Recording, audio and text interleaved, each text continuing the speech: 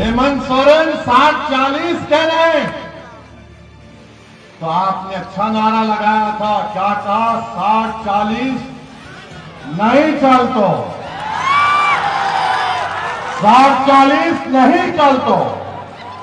तो हेमंत सोरेन को 40 दीजिए, 60 हमको देकर इनको कामयाब करिए, तभी इनका दिमाग हल्का होगा।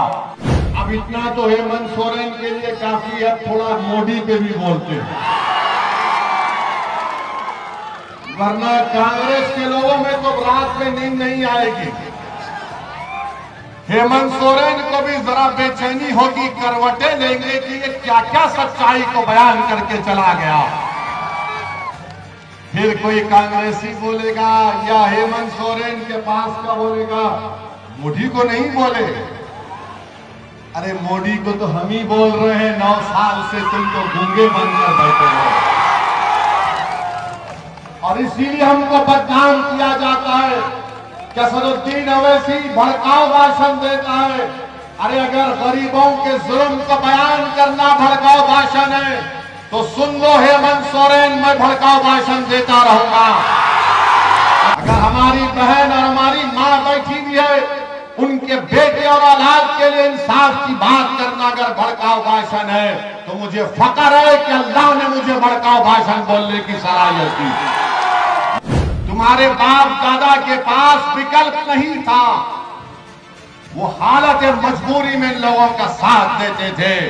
आज तुम्हारे दरमियान में एक दीवानों की पार्टी खड़ी हुई है जो किसी के बाप को सुनने वाली नहीं है। हेमंत सोरेन के मंत्री कहते हैं कि मौलाना मुबीन रजवी भेड़िया है। मेरे अजीज दोस्तों और बुजुर्गों, जिसने मौलाना मुबीन रजवी को सुदीप कुमार सोनी ने भेड़िया कहा, सुदीप कुमार सोनी साहब, हमारे चेहरे पर दाढ़ी है, हमारा नाम मुबीन रिजवी है, हमारे सर पर टोपी है, हमारा दीन इस्लाम है, तो हम भेड़िए हो गए। तो फिर तुम्हारी पार्टी में जितने मुसलमान हैं वो क्या है बताओ? अगर जिसका नाम मुबीन रजवी भेड़िया है, तो सुदीप कुमार जो तुम्हारी पार्टी में जो लोग तुम्हारी चमचागिरी करते हैं वो क्या है बताओ? और याद रखो, भेड़िया शेर को भी खा लेता है, समझे ना? अगर तुम भेड़िया बोल रहे बोलो, जितना बोलते बोलो, मगर तुम्हारे जहन में जो शहर बना हुआ है वो तुम्हारी जबान पर आ ही गया कि तुम हर मुबीन को भेड़िया कहते हो। जिसके चेहरे पर दाढ़ी है, सर पर टोपी है, वो भेड़िया हो जाता। ठीक है, सुदीप कुमार, जब तुम्हारा चुनाव आएगा तो भेड़िए तुमको बताएंगे कैसा शिकार होता है। अरे ओवैसी से मिलने से तुम रोक तो सकते हो, मगर तुम मेरी आवाज को उनके दिलों तक पहुंचाने में रोक नहीं पाओगे। अरे जमतारा से यहां पर आपने एक मुस्लिम विधायक को कामयाब किया, और अभी हमको बताया गया कि हफीजुल हसन साहब भी फिर रहे हैं कि सारी दुनिया की गोलियां खत्म हो जाएंगी, हम मरने तैयार हैं, मगर किसी बात से नहीं डरेंगे। हम 2 MP हैं मजलिस के, और जब 2 में से एक खड़े होकर 6-7 मिनट के लिए भारत की लोकसभा में बोलते हैं तो मोदी से लेके अमित शाह सब परेशान हो जाते हैं कि अब ये क्या बोलने वाला है। बिस्मिल्लाहिर्रहमानिर्रहीम, अस्सलाम वालेकुम व रहमतुल्लाहि व बरकातुहू। मौजूद मेरी इज्जतदार माँ और बहनों, कौम और मिल्लत के तमाम बुजुर्गान मिल्लत, मेरे गयूर नौजवान साथियों, झारखंड मजलिस इत्तेहादुल मुस्लिमीन के सदर जनाब मोहम्मद शाकिर साहब, जनाब मौलाना मुबीन रजवी साहब, जो इस बाई इलेक्शन के डुमरी के मजलिस इत्तेहादुल मुस्लिमीन के उम्मीदवार हैं, मंच पर बैठी हुई हमारी सरदार माँ और बहन जो हजारीबाग बाहरी गांव से आए हैं, अशफाक खान साहब की माँ और बहन भी आज हमारे साथ इस मंच पर बैठी हुई हैं। वो अशफाक खान जिसको पुलिस कस्टडी में कत्ल कर दिया गया है,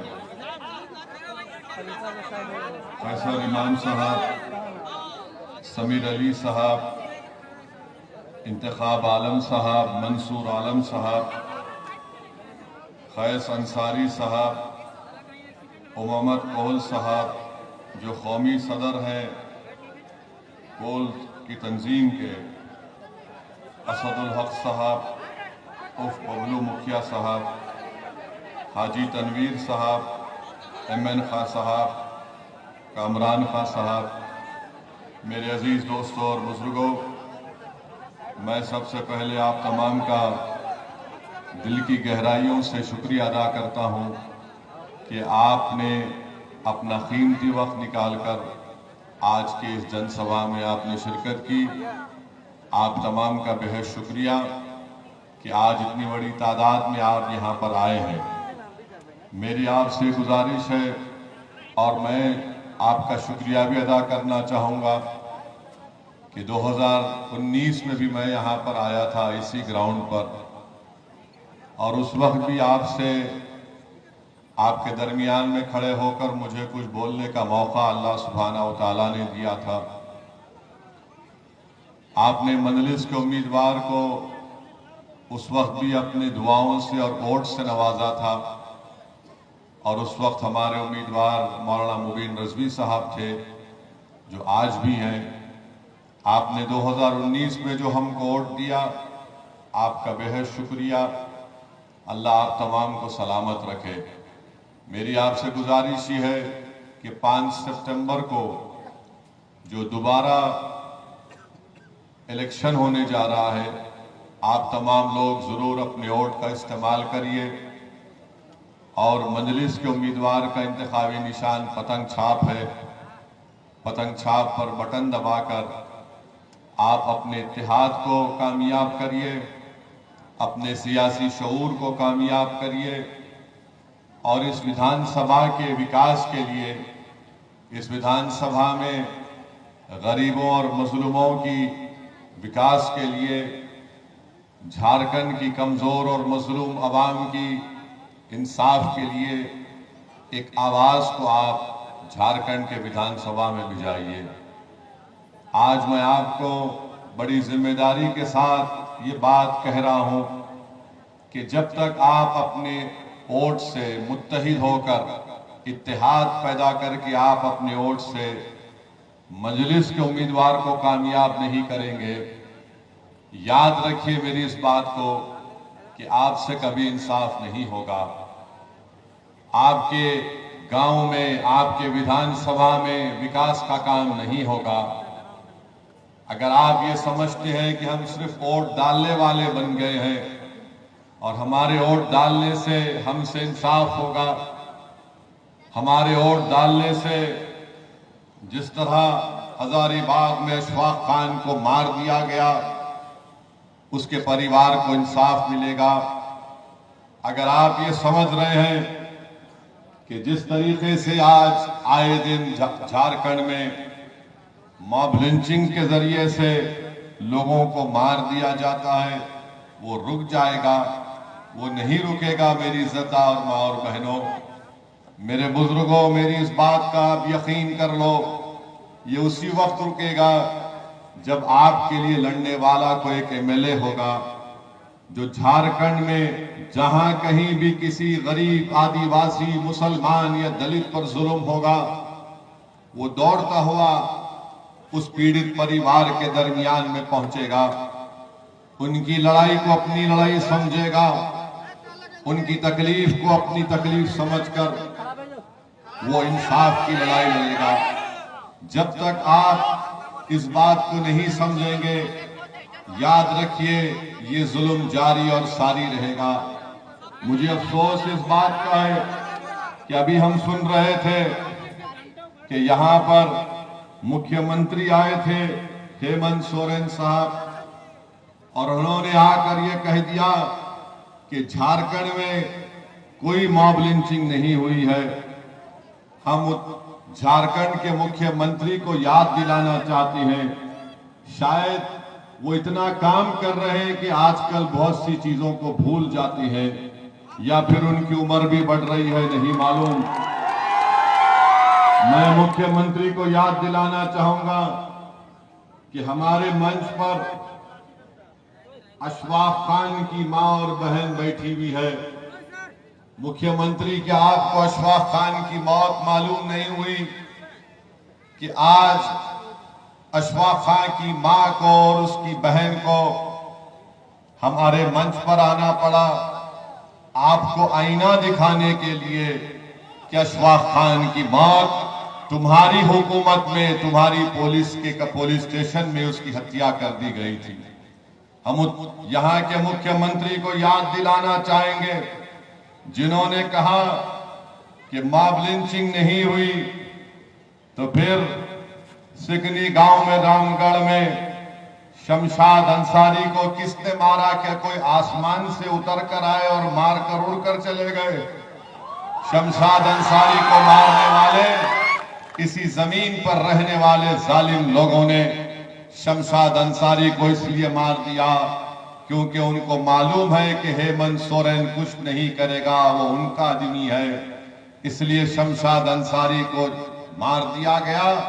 और जब पीड़ित परिवार आज भी इंसाफ के लिए लड़ाई लड़ रही है, शमशाद अंसारी के पीड़ित परिवार के लोग आज हमसे मुलाकात करने के लिए आ रहे थे, तो रास्ते में कांग्रेस के गुलामों ने उनको रोक लिया और कहा कि मत जाओ ओवैसी के पास, हम तुम्हारा कुछ कर देंगे। अरे ओवैसी से मिलने से तुम रोक तो सकते हो, मगर तुम मेरी आवाज को उनके दिलों तक पहुंचाने में रोक नहीं पाओगे। तुमने शमशाद अंसारी को खामोश कर दिया, मगर शमशाद अंसारी के रूप में हर बच्चा झारखंड से खड़ा होगा और हेमंत सोरेन से कहेगा कि मेरा नाम शमशाद अंसारी है, बताओ मुझसे इंसाफ कब किया जाएगा। आज अगर ये सरकार सत्ता में है और इस सरकार का मुख्यमंत्री ये कहता है कि कोई मॉब लिंचिंग नहीं हुई है, तो फिर वाजिद अंसारी को एक इलेक्ट्रिक के पोल से बांधकर पीटा गया था चोरी के झूठे इल्जाम में।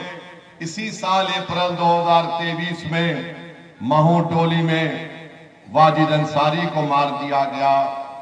गरवाहा जिले में अप्रैल 2023 में वसीम सज्जाद पुलिस कस्टडी में मर जाता है। हेमंत सोरेन साहब, क्या आप सो रहे हैं? तो जागो और देखो कि तुम्हारे गरवा डिस्ट्रिक्ट में वसीम सज्जाद को कत्ल कर दिया गया। जमशेदपुर में 6 दुकानों को जो अल्पसंख्यक समाज मुसलमानों की थी उनको जला दिया गया। सरकार सेकुलर पार्टी की है, सरकार में कांग्रेस है, सरकार में राजद है और आपके राज में दुकानें जलती हैं। शमशाद अंसारी का कत्ल हो जाता है, मगर आप हमको गाली देते हैं। सत्ता में आप हैं, इल्जाम मौलाना मुबीन रजवी पर लगा दिया जाता है, इल्जाम मेरे सदर शाकिर पर लगा दिया जाता है कि ये बी टीम है। अरे बताओ, जब तुम सत्ता में हो तो तुमने इन दुकानों को जलने से क्यों नहीं बचाया? साहिल और मुदस्सिर को पुलिस की गोलियों ने खत्म कर दिया। यकीनन ये हमारे लिए शहीद हैं, मगर साहिल और मुदस्सिर से मिलने कौन गया था? मैं गया था साहिल और मुदस्सिर से मिलने के लिए। हम इसलिए नहीं गए थे कि हमको कोई सियासत करना था, हम इसलिए गए क्योंकि हमने उन बच्चों की तकलीफ को अपने दिलो दिमाग और अपने सीने में महसूस किया। इंसानियत अभी भी हम में जिंदा है, हम वहां पर गए थे। मगर बताओ, जो आज हम चुनाव लड़ रहे हैं तो हमको गाली दे रहे हैं। अरे 16 साल का शहबाज खान जो ट्यूशन लेकर अपने घर को वापस आ रहा था, तो किसने गरवाहा में उसको गोली मारकर कत्ल कर दिया गया? और झाड़ियों में उसकी लाश को फेंक दिया गया। बताइए हेमंत सोरेन साहब, बताओ कांग्रेस के लोगों, तुम सत्ता में हो, मैं सत्ता में नहीं हूं, किसने मारा 16 साल के शहबाज खान को? और फिर क्या ये बात सच नहीं है कि बीजेपी के एक पूर्व विधायक जिनका नाम जरमुंडी देवेंद्र कुंवर है, तौसीफ नामी बच्चे को उठक बैठक कराया, उसको थूका उसके मुंह पर? क्या किया तुमने बताओ? आज तुम हमको गाली देते हो कि सदुद्दीन ओवैसी आएगा और भड़काऊ भाषण देगा। मेरी इज्जतदार मां और बहनों, अशफाक खान के बारे में हमने बता दिया आपको। यही गिरिडीह में मोहम्मद कैफी और मोहम्मद आसिफ को किसने पीट पीट कर मार दिया कि ये वो तस्करी का काम कर रहे थे? क्या हेमंत सोरेन को मोहम्मद कैफी और मोहम्मद आसिफ के बारे में भी नहीं मालूम, जिनको मार मार कर उनका कत्ल कर दिया गया? 8 मार्च 2021 को सचिन नामी एक 22 साल बच्चे को चोरी के इल्जाम में पकड़कर कत्ल कर दिया गया। अंगारा रांची में 27 साल मुबारक खान को पीट पीट कर उसकी जान ले ली गई, उसी तरह लाइट के पोल से बांधकर। और हेमंत सोरेन को शायद नहीं मालूम कि मुबारक खान भी मार दिया गया। मेरे अजीज दोस्तों, जमशेदपुर में नौशाद को पुलिस कस्टडी में उसकी मौत हो जाती है। 10 अगस्त को नौशाद को उठाया जाता है। मेरी इज्जतदार मां और बहनों, आप जानते हैं कि जब तबरेज अंसारी को मारा गया था, मैंने खुद तबरेज अंसारी की बेवा से मुलाकात की थी। क्या उस वक्त कौन सा मामला था? हमको तकलीफ हुई कि एक नौजवान बच्ची बेवा हो गई है। मुदस्सिर और साहिल की क्या मामला था? हम घम के घर को गए थे। मेरी इज्जतदार मां और बहनों, मेरे बुजुर्गों, आपने यहां पर झारखंड में 4 अल्पसंख्यक मुसलमान समाज के एमएलए को आपने कामयाब किया। इतने वाकयात होते हैं। अरे जमतारा से यहां पर आपने एक मुस्लिम विधायक को कामयाब किया, और अभी हमको बताया गया कि हफीजुल हसन साहब भी फिर रहे हैं। 4 आपके एमएलए हैं। आप में इतनी हिम्मत नहीं हुई कि आपने इन जुल्मों के खिलाफ आवाज उठाते? आप में गीरत क्यों नहीं जागी कि आपको अगर कामयाब किया तो क्यों कामयाब किया? क्या तुमको कामयाब इसलिए तो नहीं किया कि तुम हेमंत सोरेन के सामने अपने सर को झुकाकर गुलामी करो?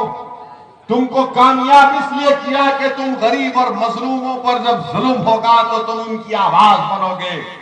तुम सरकार में बैठकर तुम अगर मंत्री बन गए हो तो तुम समझ रहे हो कि तुमको बहुत बड़ा मुकाम मिल गया।